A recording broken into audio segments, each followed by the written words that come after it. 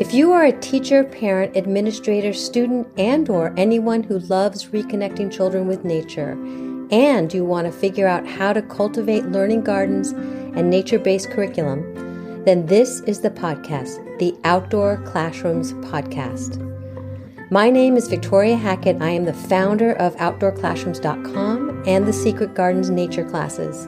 I love witnessing the magic that happens when children are playfully learning outdoors. Observing the return of wonder and curiosity when children are interacting with nature is pure magic. This is the podcast that is going to help you capture children's interest and give you not only inspiration, but some real life strategies that are going to help you figure out how to use the outdoor space, your outdoor space, as a teaching tool, so you can enlighten the playful learning experience for young children. Welcome to our Outdoor Classrooms community.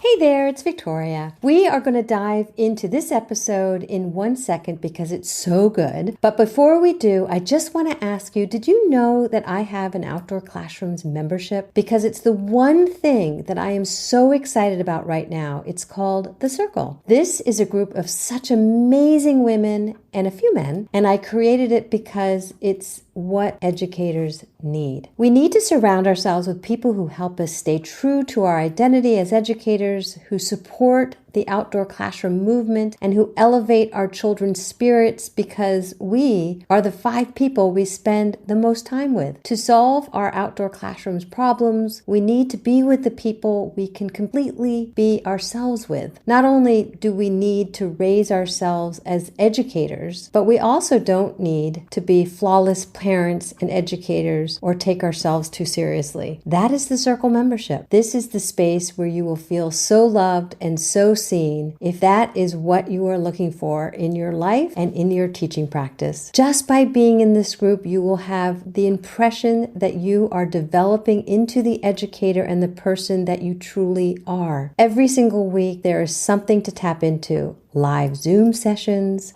with me that are seasonal masterclasses, sessions with me that are Q&A and round tables. You are also going to have access to the Outdoor Classroom Tour and Talks from all over the world. We also have a book club in our community. Also, it's month to month, so you are going to want to check it out. So it's just a monthly commitment. I think you'll soon realize that this is something you've been looking for a long time. So if you want to check it out, go to www.outdoor-classrooms.com/circle-membership and you can join us.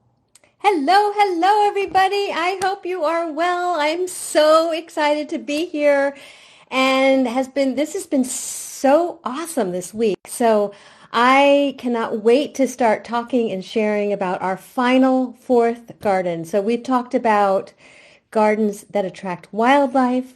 We've talked about gardens that feed. We've talked about gardens for art and beauty. And our final teaching garden is gardens as outdoor learning stations. So there's only so much I can pack into this session. So please know that there's so much more to learn about this incredible teaching garden, because there's so many different components to it. So we're going to get into that in a minute. But I actually wanted to start this session, this live session, for some reason I felt called to pull one of the nature meditations from my box here. It's called the Nature Meditations Deck. And it's amazing what I pulled. So I just actually wanted to spend a minute and read this to you. And the meditation is called, it's one of the ones that were under strengthening affirmations. And this particular meditation is called Create Your Own Conditions, which I think is actually amazing, because this is exactly what we're talking about this week. So I'm just going to take a minute and read this. Plants and animals don't wait for the perfect conditions to come to them. Salmon work hard to swim upstream to spawn. A sapling will bend and contort to find its way towards sunlight. Gray whales swim to the Arctic, to Central America each year to find food. Consider parts of your life where you're waiting for opportunity to fall into your lap. Watch what can you do to strive harder towards the goal and make your own perfect conditions? Close your eyes and gently repeat, I will create my own conditions. So this entire week, we've been doing a Facebook Live, and I've been posting it on our podcast and our Facebook and oh my goodness, I've been YouTube. I've been also putting it on our YouTube channel, so all can hear and see the amazing things that we can do in our outdoor classroom. So again, we're going to be talking today about growing children's minds in gardens as outdoor learning stations. So what are this fourth component? What are gardens as outdoor learning stations? What is that?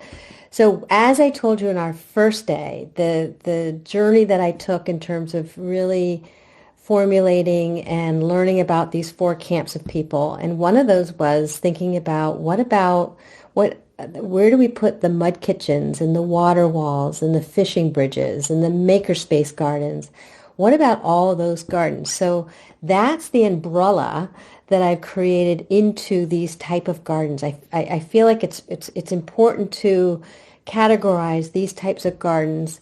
And they're different than the other ones that we've been talking about this week, which is wildlife and food, and a very different component than going into a mud kitchen and creating a mud kitchen for kids.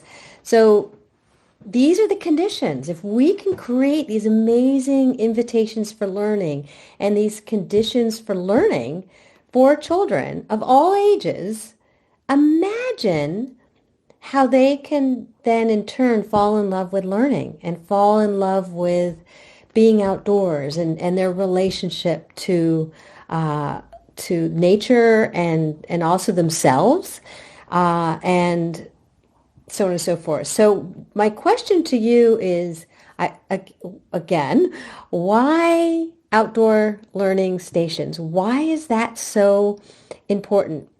So there are so many different benefits, and I'm kind of going to talk about the benefits through the lens of a particular learning station because there's so many, and we only have a certain amount of time together. But again, we are diving much deeper into all of these learning stations, how to set them up, how we can incorporate them, different activities that we can do within the learning stations during these summer months. And that, of course, is in our Exploring Nature in Summer Masterclass. And so we're going to start off with hands-on learning. So many of this hands-on learning can be incorporated into the mud kitchen, which is the most favorite station, and where children are really reinforced classroom concepts.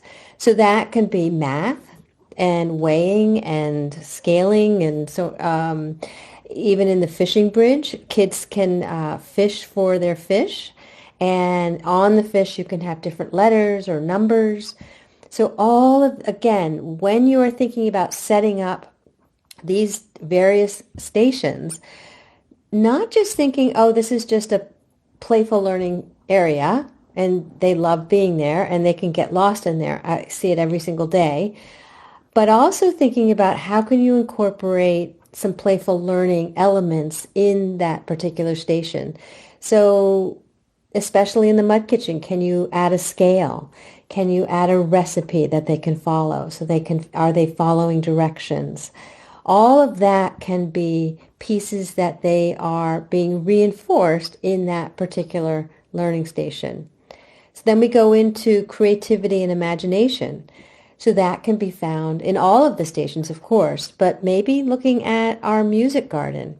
Do we have a music wall where kids can be super creative? I had a girl the other day. Oh my goodness, she was just absolutely adorable. She somehow got, she used something that was actually broken off of the water station, and she used it as a whistle.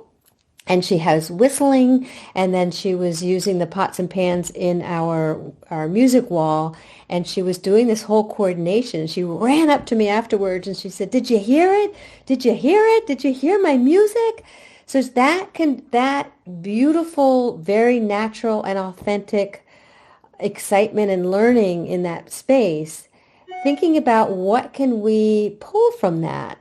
And maybe we can create a song, or maybe we can, but again, we want it to come authentically from the child.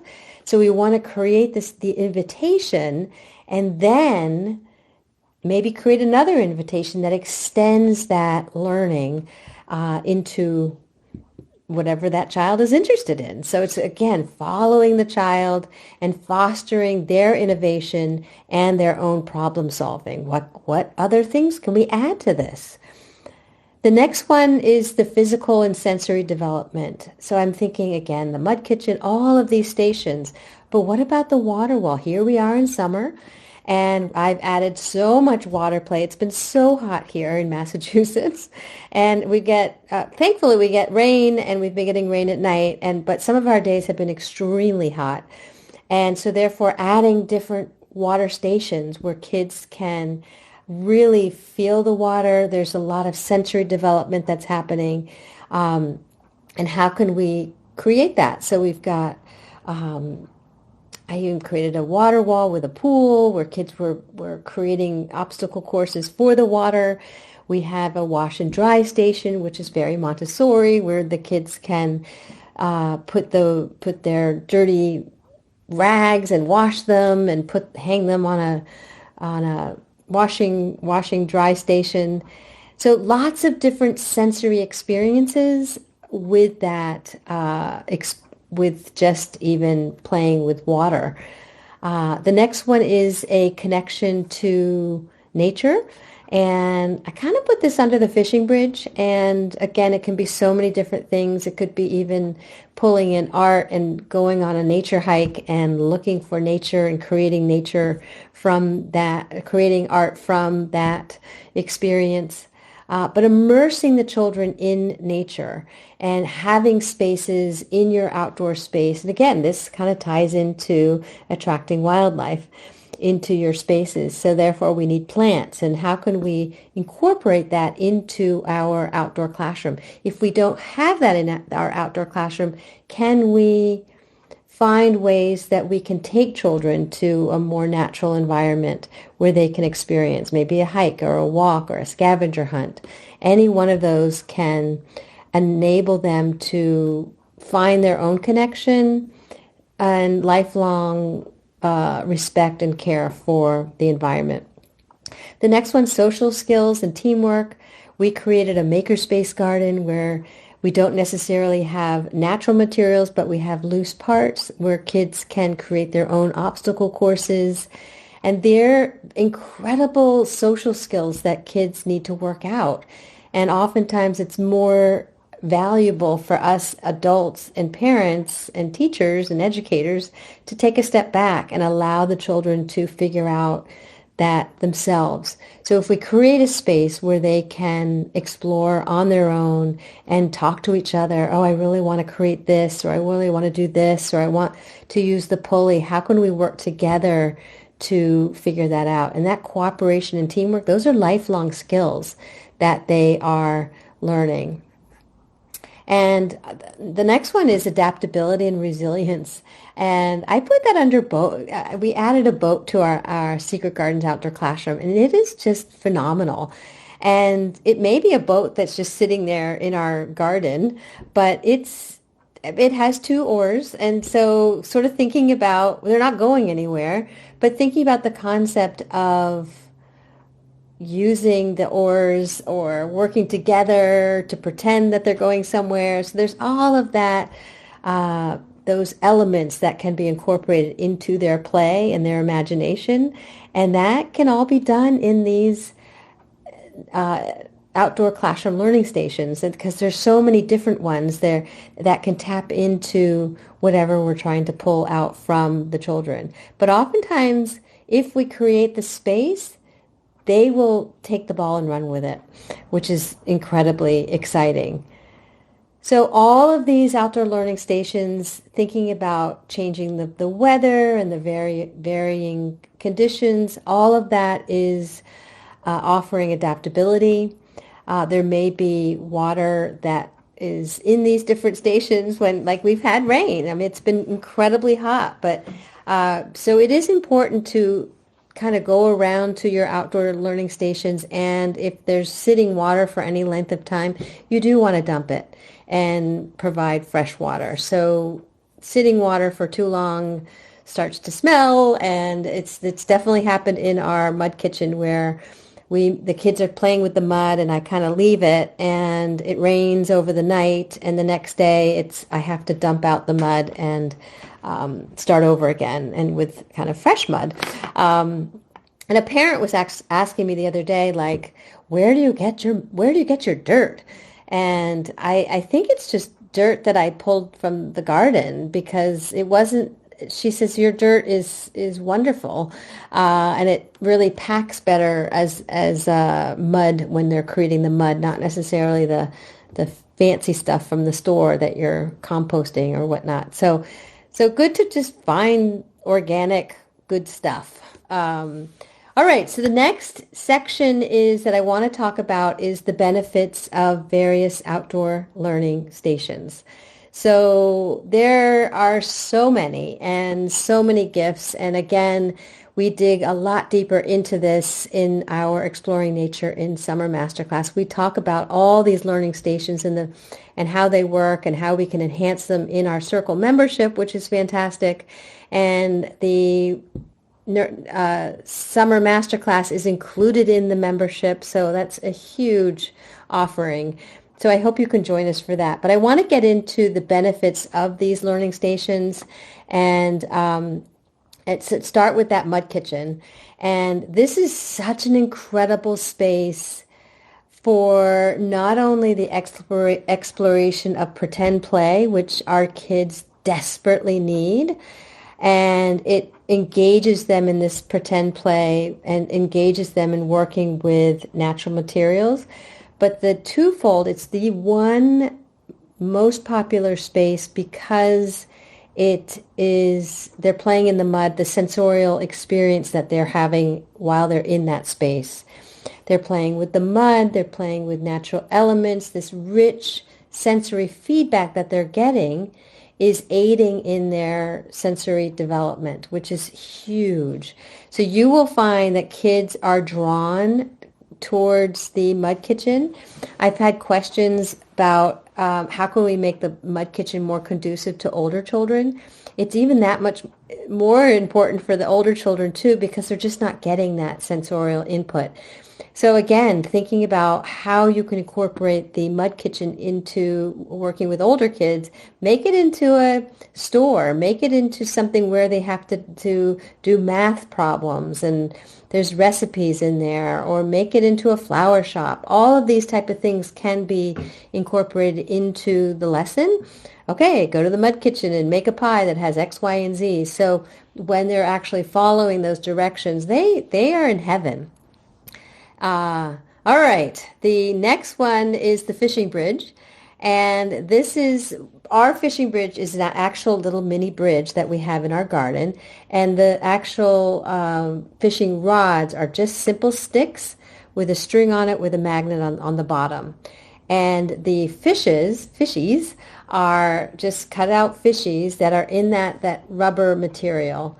And they also have magnets on it. So these fishies are in kind of I put some beautiful river stones, so it looks like the river, and they just sit on top of that, and I have the fishies in a little container where the kids can just grab them, and they fish. And it can be made into a game, but the eye-hand coordination is remarkable. And the attention span that the kids have to really think about, thinking about how they're going to get one magnet to sit with the other magnet, and then the joy of, oh, I got an A, and then so they can talk about the colors of the fish, the letters or the numbers that are on the fish. So all of this takes coordination and balance. It takes patience and observation. So all of this is such a gift to our children. And what I love to do is when new folks come into the secret gardens, I say, oh, and this is our fishing bridge. But it's fun for them to discover it. And because I had a parent, oh, we just found the fishing bridge, it's when it's something that's sort of found in a discovery, it's even that much more exciting. The next one, again, we talked about water walls, but also the benefit of incorporating water walls, especially during the summer months, and we will talk a lot about this in the Exploring Nature in Summer Masterclass, is the physics and the engineering that goes into water walls. So if you have older children, they can create their own water walls, and all the physics that goes into that is the gravity and the water pressure and the flow. All of that experimentation is where children are manipulating water and water paths and really observing the outcome and enhancing their understanding of cause and effect. So in my case, I have the little ones, and they're coming with their caregivers and parents and caregivers, and they were working with this cause and effects. But the actual thing is, the water that was for the water wall, I had a bucket near it, but one child chose to go to another station, get the water, and they did all this transporting, which is very developmentally appropriate.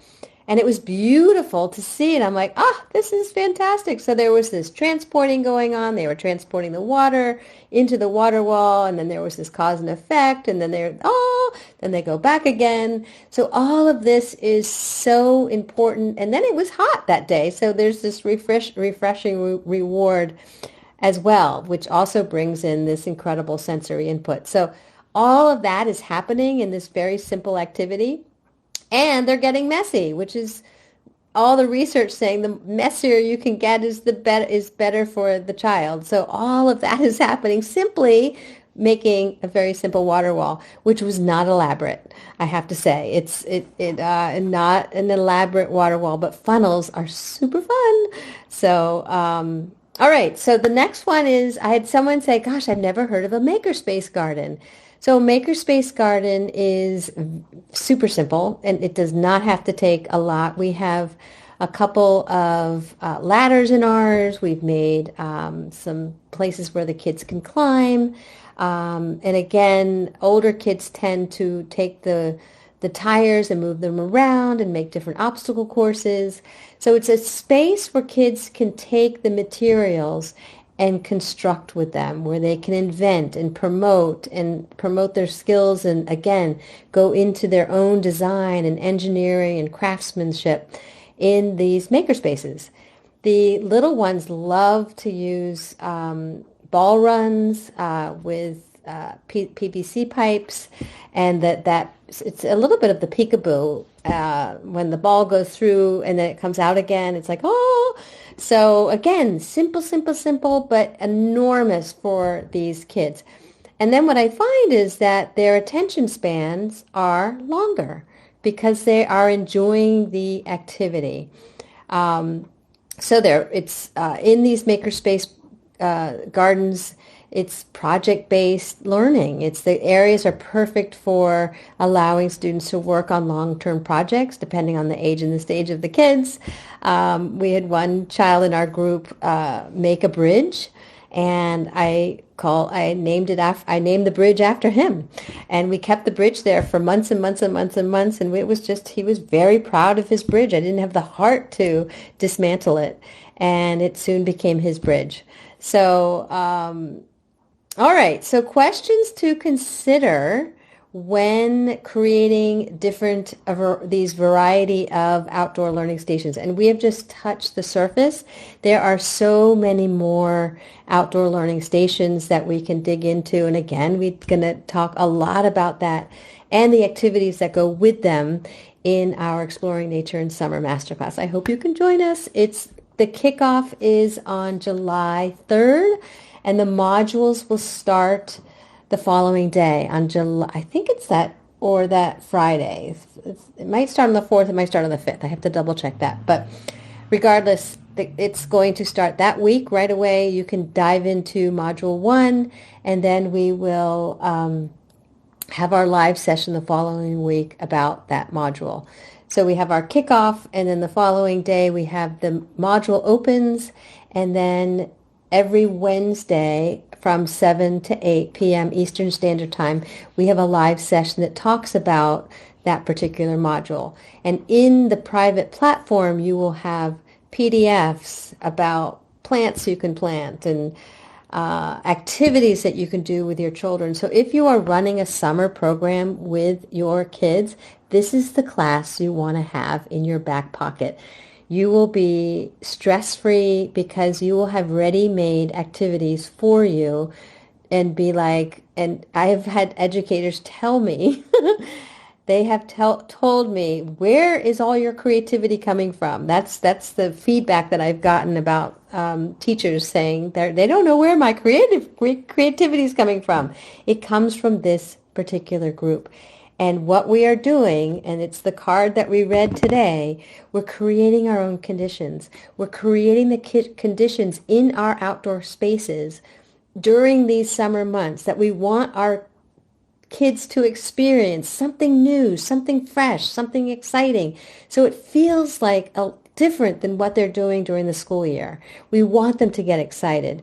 But if you are even planning for the fall, many of these activities can be adapted and used. So we want to get charged up for the summer.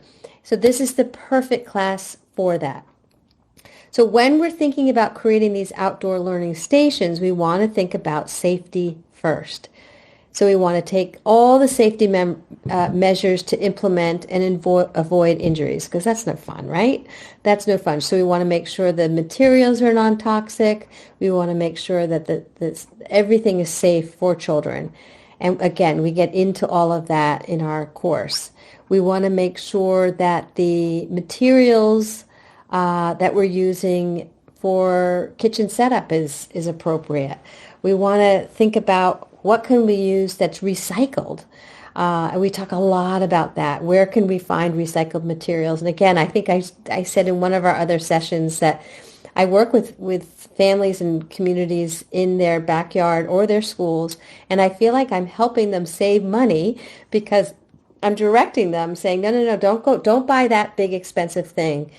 Do this instead. It'll have the same impact, and it will probably be even more fun for the children. So what happens is kids would rather play with the box than what's in the box. So if we're buying them all these prefab things that now people are making to put into your outdoor classrooms, I don't know, it seems like if we can create a more do-it-yourself version, and inviting parents to or going to secondhand stores and getting pots and pans in that regard, so much more exciting than getting everything new. So, and the kids like it more as well. So when it breaks, you're not going to fuss. You're going to be like, okay, yeah, it's okay. So you want to also make sure, we talked a little bit about this before, drainage. It does rain, and you're not going to be putting everything inside and everything outside each time. It might drain, and you will need to figure out drainage for the water. So water's not sitting, and that's part of a safety thing. We want to really make sure that things are healthy and for all kids.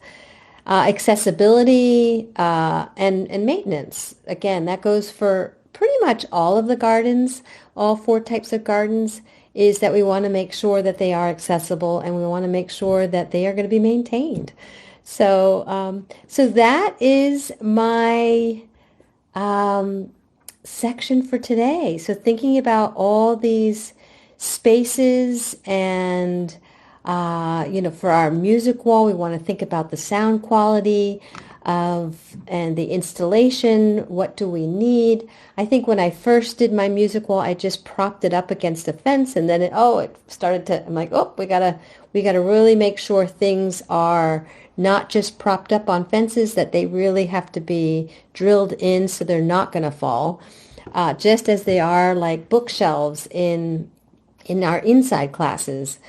There's like laws now because the bookshelves can fall on a child. So we really want to make sure that whatever we're doing, and we need to test it so that things aren't going to fall over on kids. So So thinking about outdoor learning stations, and I've been so excited about this series and talking to you about all of the 4 types of gardens and our framework here at Outdoor-Classrooms.com that we talk about and all the different elements within all of the 4 types of gardens.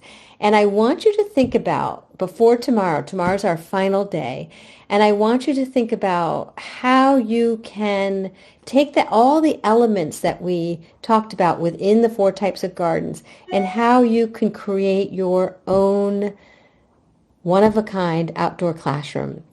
And that's what we're going to talk about tomorrow. We're going to talk about, I want to answer all your questions that have been coming in and any questions that you might have about the Exploring Nature in Summer Masterclass and anything else that's happening in our community. So that will be happening tomorrow is our Q&A.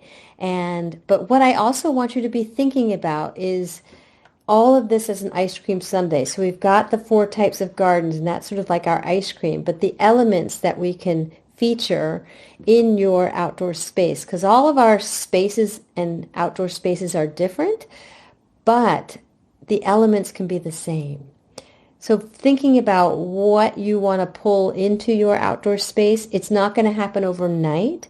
I recommend picking 1 or 2 and setting it up, seeing what the kids' responses are, and then, let's maybe try another. Let's add another. That's how I have built up the Secret Gardens Outdoor Classroom.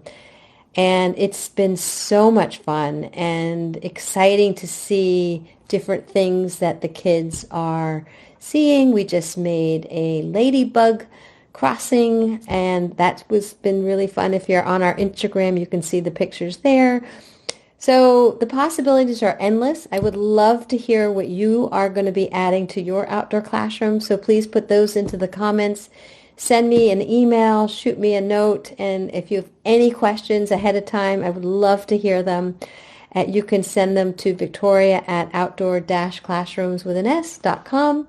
And otherwise, I will see you tomorrow. Thanks so much for joining us. Talk to you soon.